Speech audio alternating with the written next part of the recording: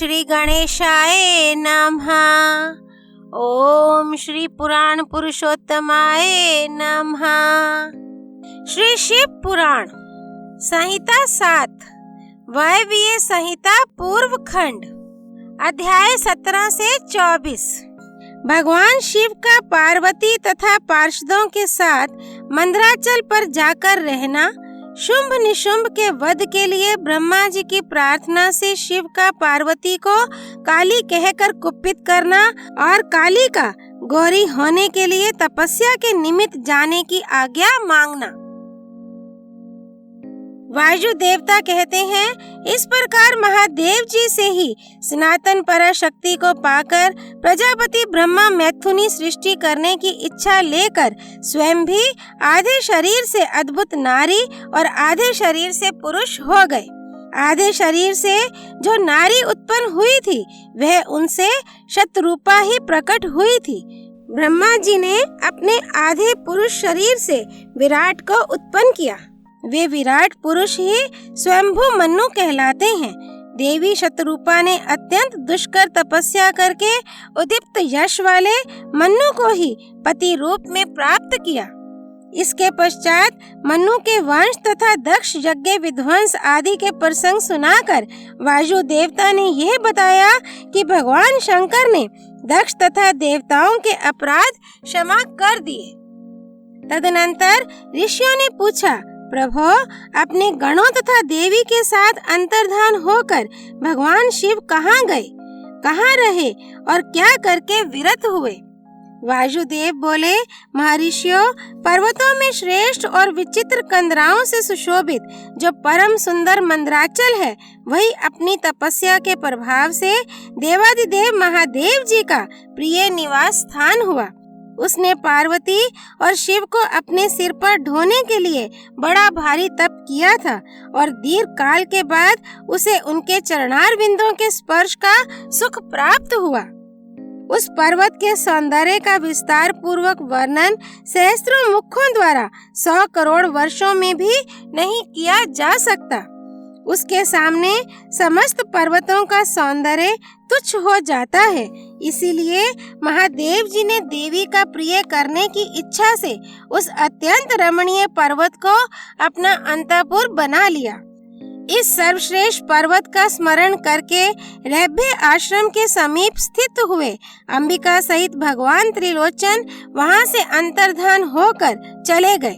मंदराचल के उद्यान में पहुंचकर देवी सहित महेश्वर वहां की रमणीय तथा दिव्य अंतःपुर की भूमियों में रमण करने लगे।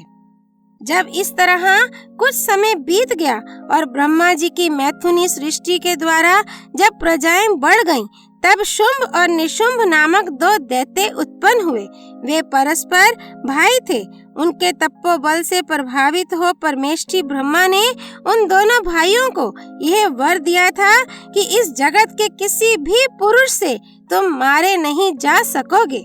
उन दोनों ने ब्रह्मा जी से यह प्रार्थना की थी कि पार्वती देवी के अंश से उत्पन्न जो अयोनिजा कन्या उत्पन्न हो, जिसे पुरुष का स्पर्श तथा रति नहीं प्राप्त हुई हो तथा जो अलंघे पराक्रम से संपन्न हो, उसके प्रति काम भाव से पीड़ित होने पर हम युद्ध में उसी के हाथों मारे जाएं। उनकी इस प्रार्थना पर ब्रह्मा जी ने तथास्तु कहकर स्वीकृति दे दी। तभी से युद्ध में इंद्र आदि देवताओं को जीतकर उन दोनों ने जगत को अनीति पूर्वक वेदों के स्वाध्याय और वष्टकार यज्ञ आदि से रहित कर दिया। तब ब्रह्मा ने उन दोनों के वध के लिए देवेश्वर शिव से प्रार्थना की, प्रभो, आप एकांत में देवी की निंदा करके भी जैसे तैसे उन्हें क्रोध दिलाइए और उनके रूप रंग की निंदा से उत्पन्न हुई काम भाव से रहित कुमारी स्वरूपा शक्ति को निशुंभ और शुंभ के वध के लिए देवताओं को अर्पित कीजिए। ब्रह्मा जी के इस तरह प्रार्थना करने पर भगवान नील लोहित रुद्र एकांत में पार्वती की निंदा सी करते हुए मुस्कुराकर बोले, तुम तो काली हो।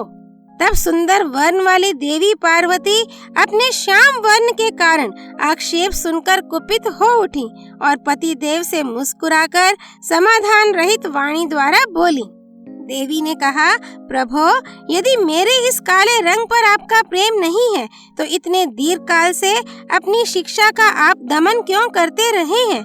कोई स्त्री कितनी ही सर्वांग सुंदरी क्यों न हो, यदि पति का उस पर अनुराग नहीं हुआ तो अन्य समस्त गुणों के साथ ही उसका जन्म लेना व्यर्थ हो जाता है। स्त्रियों की यह सृष्टि ही पति के भोग का प्रधान अंग है। यदि वह उससे वंचित हो गई तो इसका और कहाँ उपयोग हो सकता है। इसलिए आपने एकांत में जिसकी निंदा की है उस वर्ण को त्याग कर अब मैं दूसरा वर्ण ग्रहण करूंगी अथवा स्वयं ही मिट जाऊंगी। ऐसा कहकर देवी पार्वती शैया से उठकर खड़ी हो गई और तपस्या के लिए दृढ़ निश्चय करके गदगद कंठ से जाने की आज्ञा मांगने लगी। इस प्रकार प्रेम भंग होने से भयभीत हो भूतनाथ भगवान शिव स्वयं भवानी को प्रणाम करते हुए ही बोले। भगवान शिव ने कहा, प्रिय, मैंने क्रीड़ा या मनोविनोद के लिए ये बात कही है। मेरे इस अभिप्राय को न जानकर तुम कुपित क्यों हो गई? यदि तुम पर मेरा प्रेम नहीं होगा तो और किस पर हो सकता है? तुम इस जगत की माता हो और मैं पिता तथा अधिपति हूँ। फिर तुम पर मेरा प्रेम ना होना कैसे संभव हो सकता है? हम दोनों का वह प्रेम भी क्या कामदेव की प्रेरणा से हुआ है? कदापि नहीं, क्योंकि कामदेव की उत्पत्ति से पहले ही जगत की उत्पत्ति हुई है। कामदेव की सृष्टि तो मैंने साधारण लोगों की रति के लिए की है। कामदेव मुझे साधारण देवता के समान मानकर मेरा कुछ तिरस्कार करने लगा था, अतः मैंने उसे भस्म कर दिया। हम दोनों का ये लीला विहार भी जगत की रक्षा के लिए ही है, अतः उसी के लिए आज मैंने तुम्हारे प्रति ये परिहास युक्त बात कही थी। मेरे इस कथन की सत्यता तुम पर शीघ्र ही प्रकट हो जाएगी। देवी ने कहा, भगवान, पति के प्यार से वंचित होने पर जो नारी अपने प्राणों का भी परित्याग नहीं कर देती वह कुलांगना और शुभ लक्षणा होने पर भी सत्पुरुषों द्वारा निंदित ही समझी जाती है। मेरा शरीर गौर वर्ण का नहीं है, इस बात को लेकर आपको बहुत खेद होता है। अन्यथा करीड़ा या परिहास में भी आपके द्वारा मुझे काली कलूटी कही जाना कैसे संभव हो सकता था? मेरा कालापन आपको प्रिय नहीं है, इसलिए वह सत्पुरुषों द्वारा भी निंदित है। अतः तपस्या द्वारा इसका त्याग किए बिना अब मैं यहाँ रह ही नहीं सकती। शिव बोले, यदि अपनी श्यामता को लेकर तुम्हें इस तरह संताप हो रहा है तो इसके लिए तपस्या करने की क्या आवश्यकता है? तुम मेरी या अपनी इच्छा मात्र से ही दूसरे वर्ण से युक्त हो जाओ। देवी ने कहा, मैं आपसे अपने रंग का परिवर्तन नहीं चाहती, स्वयं भी इसे बदलने का संकल्प नहीं कर सकती। अब तो तपस्या द्वारा ब्रह्मा जी की आराधना करके ही मैं शीघ्र गौरी हो जाऊंगी।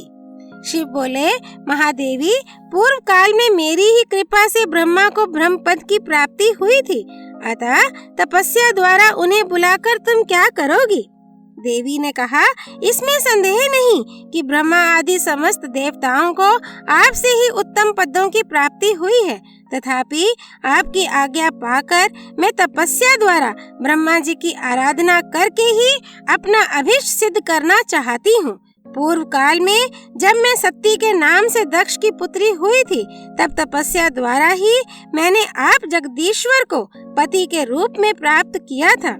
इसी प्रकार आज भी तपस्या द्वारा ब्राह्मण ब्रह्मा को संतुष्ट करके मैं गौरी होना चाहती हूँ। ऐसा करने में यहाँ क्या दोष है, ये बताइए। महादेवी के ऐसा कहने पर वामदेव मुस्कुराते हुए से चुप रह गए। देवताओं का कार्य सिद्ध करने की इच्छा से उन्होंने देवी को रोकने के लिए हठ नहीं किया। अध्याय 17 से 24 संपूर्ण। भगवान नील लोहित रुद्र और माँ पार्वती की जय। अजन्मा वायु देवता की जय। हर हर महादेव। श्री हरि अर्पणमस्तु।